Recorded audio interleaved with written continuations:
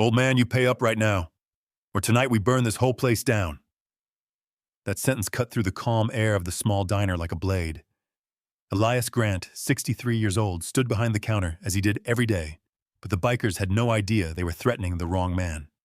The Iron Vipers stormed in mocking, stomping their boots on the floor, smashing a few items and making veiled threats about the accidents that tended to happen to anyone who dared resist them. Elias didn't get angry, and his hands didn't tremble. He simply told each customer to leave through the back door, keeping them safe first. But that calmness only irritated the bikers even more. One of them stepped forward, jabbed a finger into his shoulder, and hissed out a challenge. And in a single breath, the man's arm was twisted, folded, and he collapsed to the floor before he could even make a sound. The others recoiled in shock, and when Elias removed his apron, revealing the faded tattoos of special forces on his arm, they finally understood that this was no weak old man. 3 bikers lunged at him to salvage their pride, but each one was taken down swiftly and decisively. 2 more fled the diner, scrambling away in panic, as if they had run into something no one had ever warned them about. A voice spat out a threat as they retreated. "Next time we're back, we're burning this place down." But Elias looked straight at them, his calm chilling. "You lost the moment you walked in." Out on the street, the wail of approaching police sirens began to echo, signaling something the bikers were never prepared for: the truth about the man they had just crossed, and everything that would follow. If you believe that true courage doesn't live in the sound of gunfire, but in the silence carried by those who have walked through war, subscribe to Service Honor Stories, and join us in preserving the memories, the dignity, and the quiet reverence owed to our forgotten heroes. When the 3 bikers were handcuffed and taken out of the diner, the last sounds that lingered were Sheriff Dalton's heavy sigh and the soft creak of the hinge as the door closed behind them.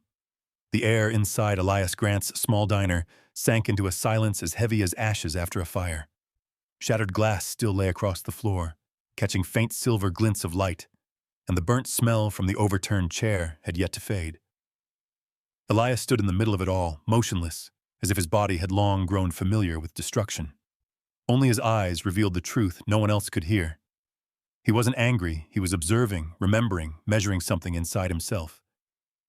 Sheriff Dalton stepped forward and asked why he hadn't called for backup sooner, and Elias answered with a single sentence that made Dalton fall silent. "I've lived through worse than this." There was nothing boastful in that line. It was simply the truth of a man who had stood at the edge of life and death more times than anyone could count. Dalton's expression darkened, and he asked no more questions, leaving only a quiet suggestion that Elias should close the diner for a few days. When the diner finally settled into complete stillness, Elias bent down to pick up the broken pieces, his aging hands still steady as the day he held an M4 during those Special Forces training operations. There was no rush in his movements, only the deliberate rhythm of a man who understood that storms pass, and whatever remains must be cleaned by one's own hands. To Elias, the violence of a few bikers was nothing worth trembling over. But the fear they planted in this small community weighed on him more than their threats. It wasn't about his pride being hurt.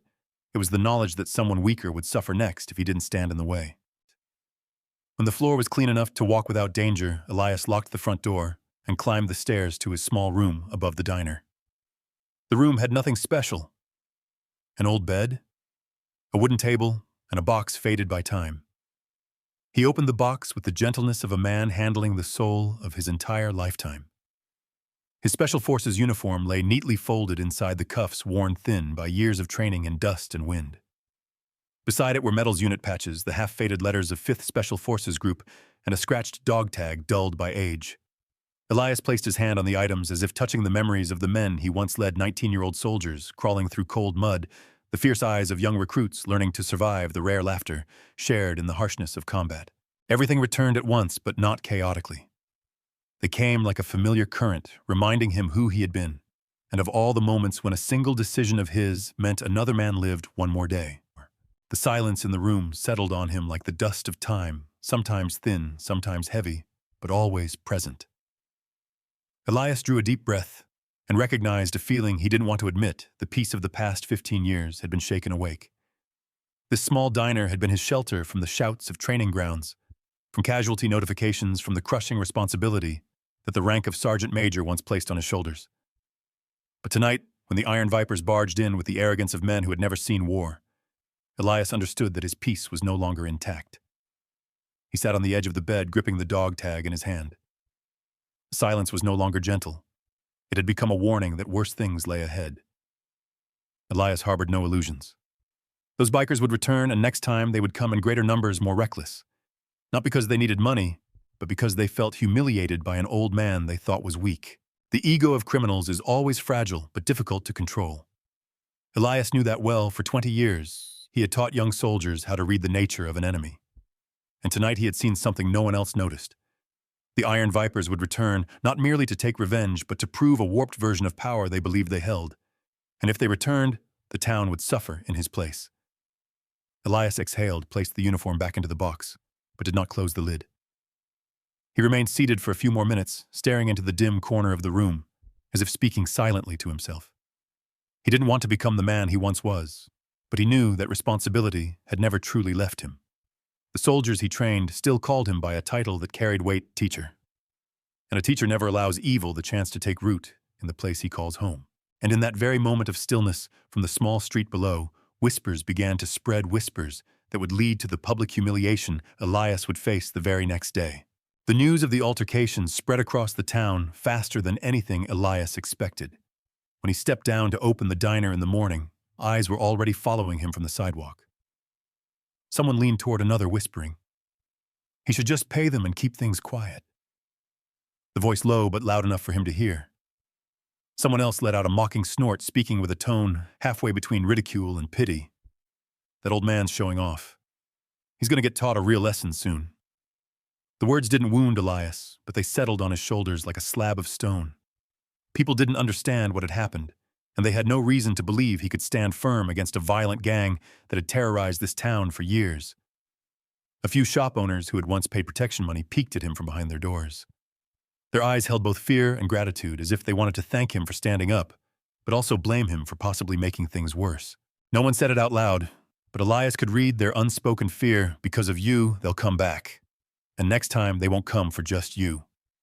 He understood that, and their silence pierced him deeper than any punch could. That night, just after he closed the diner and the streetlights thinned out, the roar of Harley engines shattered the quiet, long, drawn-out bursts, like the growls of predators circling their prey. Cutter's men rode around the diner again and again, revving their engines loud enough to shake the windows.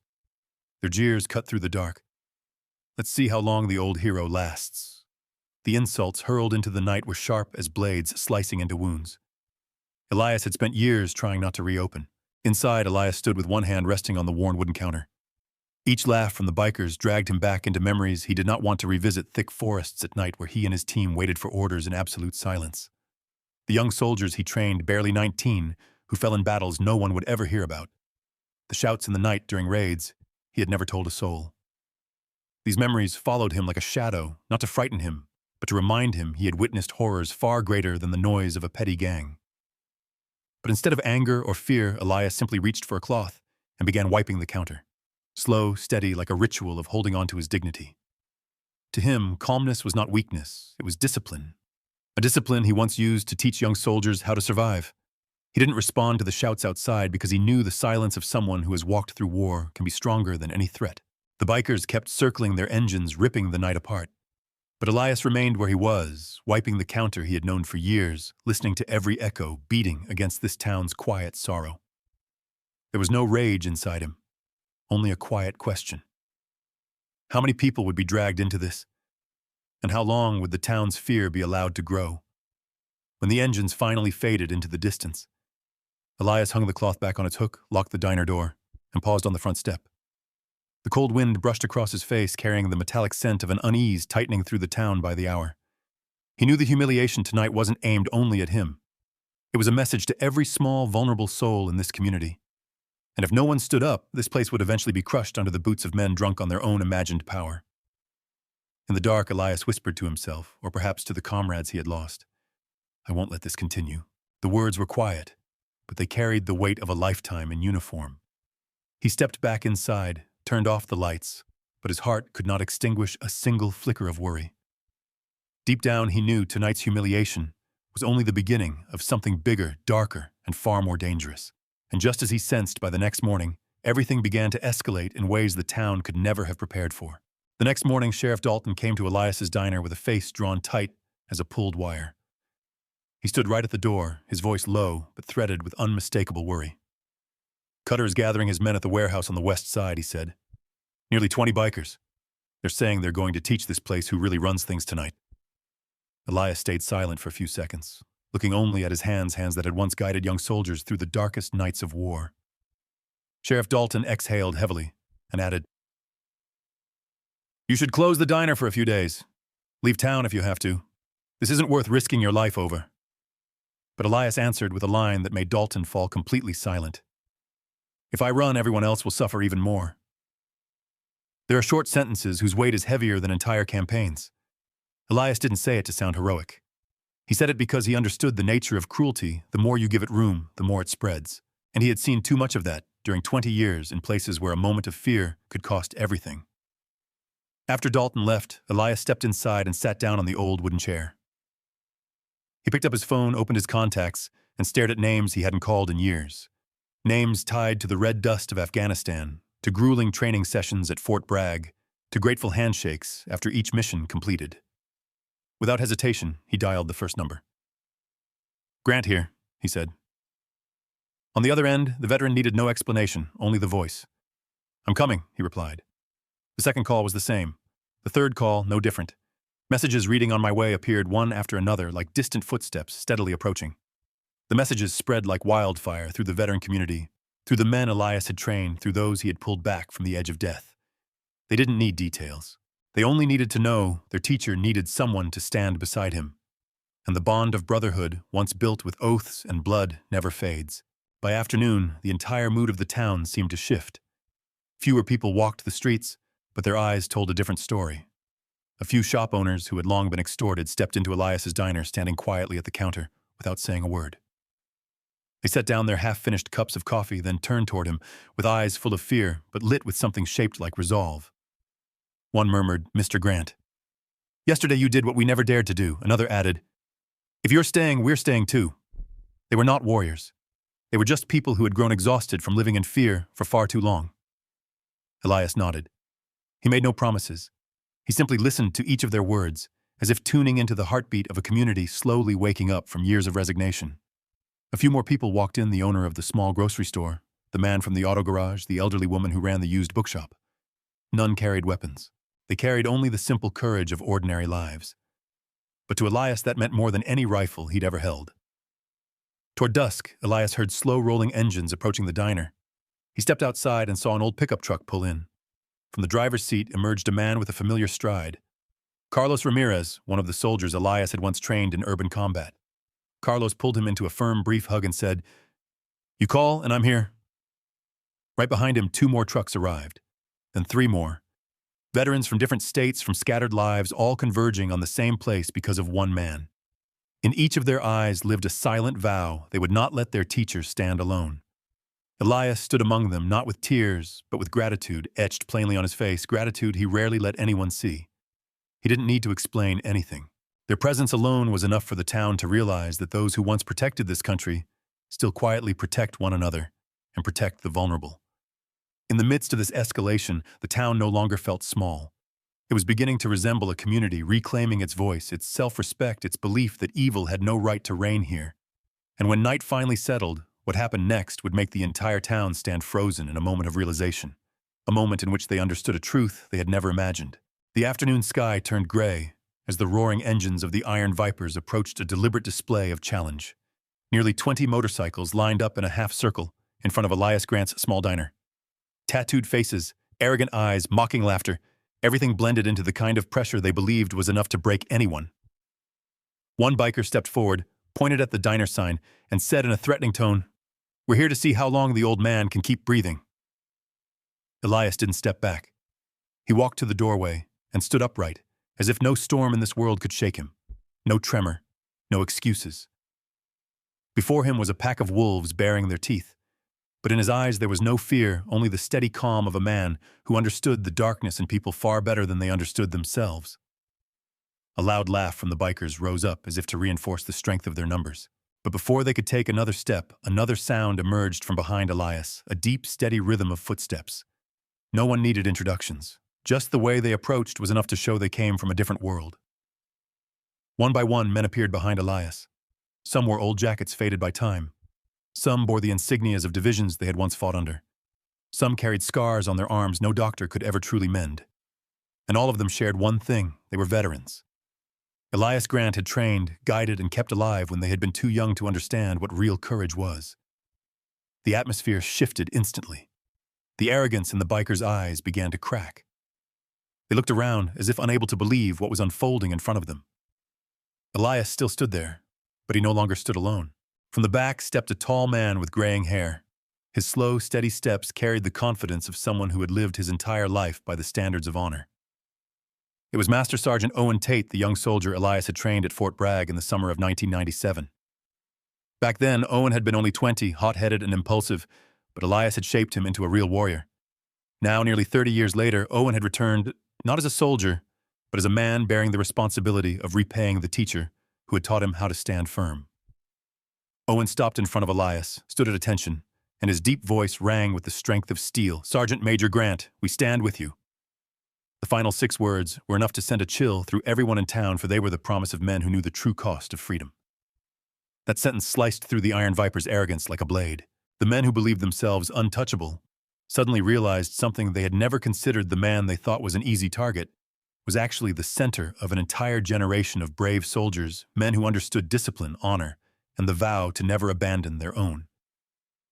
None of the veterans needed to threaten anyone. None had to raise a fist. Their presence alone was enough to shift the balance of power. Fear began to spread through the ranks of the bikers, while a warm, rising confidence spread through the townspeople watching from a distance. For the first time in years, they saw something they thought their town had lost: unity, integrity, the return of dignity. Elias glanced at Owen, not with spoken gratitude, because between soldiers, no words were necessary. The silence shared by men who had once faced war together was a language deeper than speech. And in that exact moment, Elias understood he was no longer fighting for himself. He was fighting for the town, for the vulnerable, and for the veterans who had placed their trust in him, their teacher. And then, just as the heavy silence settled over the parking lot, a truth came to light, one that would turn the entire story in a direction no one expected. Between the 2 lines of men facing each other on the narrow street, Sheriff Dalton stepped forward, holding the stack of files he'd carried with him all morning. His voice rang out clearly in the tense air, tight as a drawn wire. "I want everyone to listen carefully. One of the Iron Vipers has confessed." The biker gang erupted in murmurs. One cursed under his breath. Another snapped his head around, scanning his own crew, trying to guess who had betrayed them. Dalton continued, each word landing with the weight of a hammer. 23 businesses forced to pay protection money. Cutter's identity. The trafficking routes. And the location of the warehouse where you keep your weapons. He raised the folder, his eyes sharp as a blade. "Everything is documented. And inside this diner, the cameras captured every second of you threatening the owner." No one was laughing now. Several bikers reached toward their belts, but stopped when they realized more than 40 veterans stood only a few steps away, men who had lived in places where every decision meant life or death. Dalton locked eyes with Cutter and spoke as if closing the last door behind him. "You're exposed, Cutter. There's nowhere left to run." A long stretch of silence followed. In that silence, Owen Tate stepped forward. He didn't look at the bikers. He didn't look at the sheriff. He looked only at Elias. Then he turned toward the crowd of townspeople watching from a distance, his expression carrying something no one had ever heard said aloud. "Maybe many of you only know Elias Grant as the quiet, gentle old diner owner." Owen began, his voice slow and deep. "But I'm going to tell you a truth that not everyone gets the chance to witness." All eyes shifted to him. Even the bikers forgot to act tough, sensing something much larger was beginning to unfold. Owen placed a hand lightly over his chest, as if touching an old oath. "In 1997, I was a young corporal, reckless, hot-headed. And the man standing in front of us today, he's the one who taught me how to survive a battlefield. Not by brute strength, but by discipline and dignity." He took a steady breath, holding back the emotion rising inside him. Elias Grant didn't just train us. He trained thousands of Special Forces soldiers for 2 full decades. He laid the foundation for the Advanced Close Quarters Combat Program, the very thing that saved countless lives when we were trapped between the lines of death. A gasp rippled through the crowd. A shop owner who had once been extorted covered her mouth in shock. A young mother tightened her grip on her child, realizing the man before them was not just the diner owner, but someone who had quietly protected the lives of their sons, their husbands, their fathers, long before today. Owen continued, his voice thick with held-back emotion, but steady as stone. I'm still alive today because of the lesson he taught me. Not a lesson in fighting, but a lesson in never abandoning another human being. He turned to Elias. Sergeant Major, you saved us when we were young.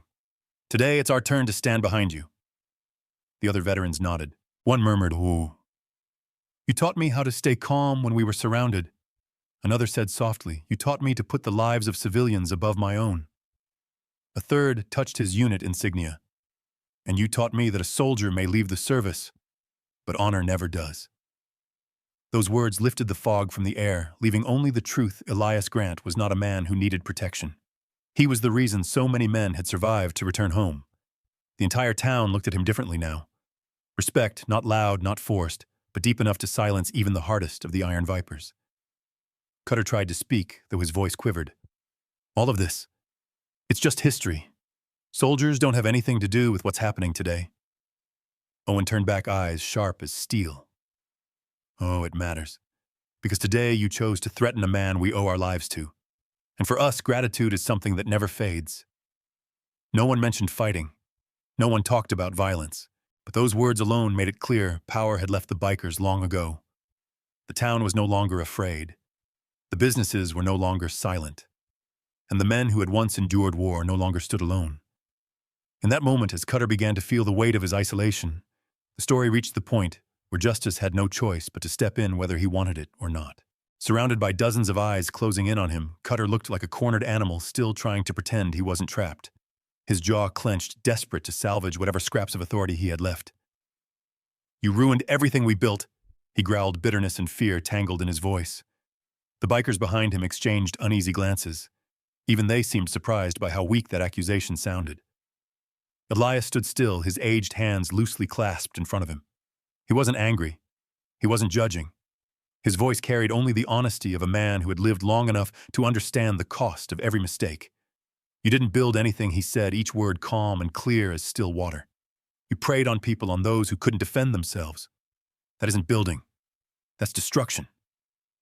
The air fell heavy. A few of the younger bikers, the kind who had joined the gang chasing an illusion of power, slowly lowered their heads. One young man, barely 30, muttered, We didn't think it was this serious. Another let out a long, defeated breath.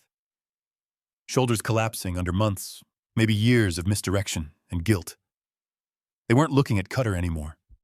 They were looking at Elias, not like an enemy, not like a victor, but like an old father figure who understood the long road back from a bad life. Elias didn't step forward to push them. He simply spoke gentle, but firm enough to reach the deepest corners of a shaken conscience. No one is trapped in their past. You get to choose where tomorrow begins. He looked into their faces one by one. If you feel regret, it means there's still something good in you worth saving. A young biker swallowed hard. Is it too late to get out of all this? Elias answered without a second of hesitation. It's never too late to become who you were meant to be. The atmosphere shifted immediately. Faces once hardened by bravado softened with something almost unfamiliar clarity. Shame. Hope. Several bikers dropped their hands from their belts. One pulled off his bandana and crushed it in his fist as though shedding the armor he had worn to hide the fear of being insignificant. No one was rescuing them. No one was coercing them. But Elias had opened a door they had never dared to approach. Watching it unfold, Cutter panicked. He saw his power crumbling, not from violence, but from awakening. Don't listen to him, he shouted, voice cracking. He's manipulating you, Elias replied softly, like a breeze passing through open windows. I don't need anyone to stand with me. I just want you to stand with what's right. The words hit Cutter like a blow he couldn't block. You're making them weak, he screamed. Elias shook his head. No, I'm making them strong. Strong in a way you'll never understand, strong because they don't have to live in fear anymore. His voice lowered but carried farther than any shout. True strength isn't about who intimidates who. It's about who refuses to be afraid of what's wrong. Behind him, the townspeople, all those who had once trembled at the sight of the Iron Vipers' leather jackets, began to straighten their backs. An elderly woman held her daughter's hand and whispered, We've endured this for too long. A thin, weary shop owner, the one who had suffered the worst extortion, raised his voice. If Elias can stand here, then so can we. The community, old soldiers, young workers, parents, clerks, was drawn together by an invisible thread, courage, and responsibility. No fists were raised. No threats were made. The strength that filled the air came from Elias's calm, from the way he faced the darkness without letting it stain him.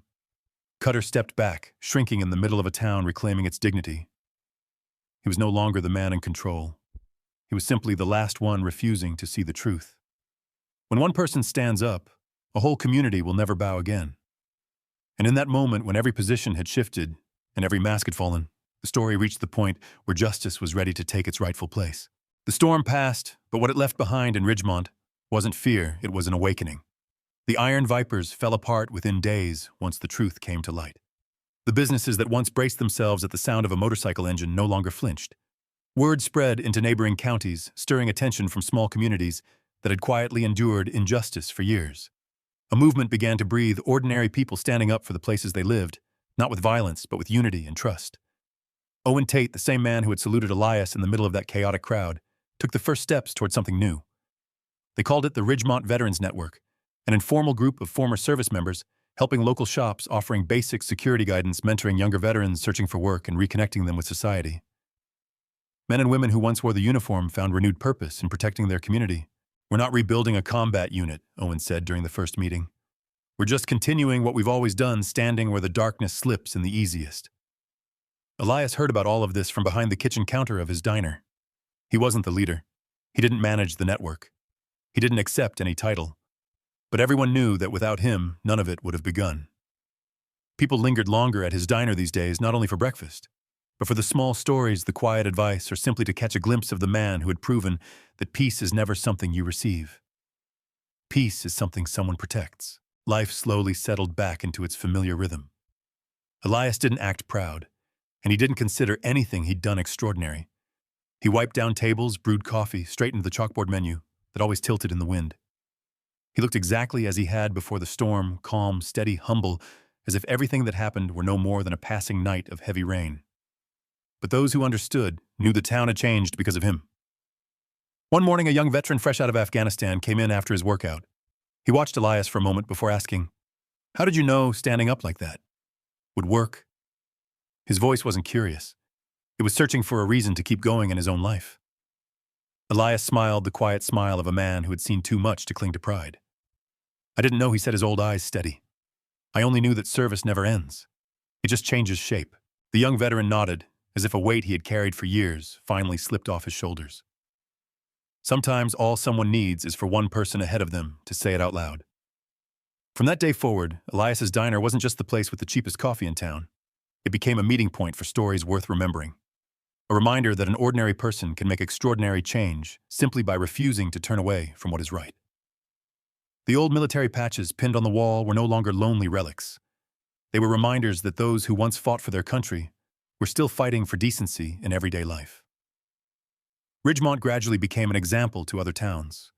They didn't have special units. They didn't have big budgets. But they had something violence could never possess: respect for one another, and for those who stood when standing was hardest. And at the center of that change was an old veteran who never sought glory, only peace, but who was willing to rise to protect it. At the end of this long road, Ridgemont learned that a soldier's true legacy isn't measured by the battles they won, but by the people they helped stand tall once the war was over. And Elias Grant, with the same hands that once trained generations of Special Forces soldiers, left behind exactly that: a town that no longer bowed a generation, that understood responsibility, and a community that finally realized kindness is never weakness. Service honor stories. We remember the quiet heroes. If this story reminds you that honor and kindness never retire, share this video and subscribe to Service Honor Stories so that none of their memories are ever forgotten.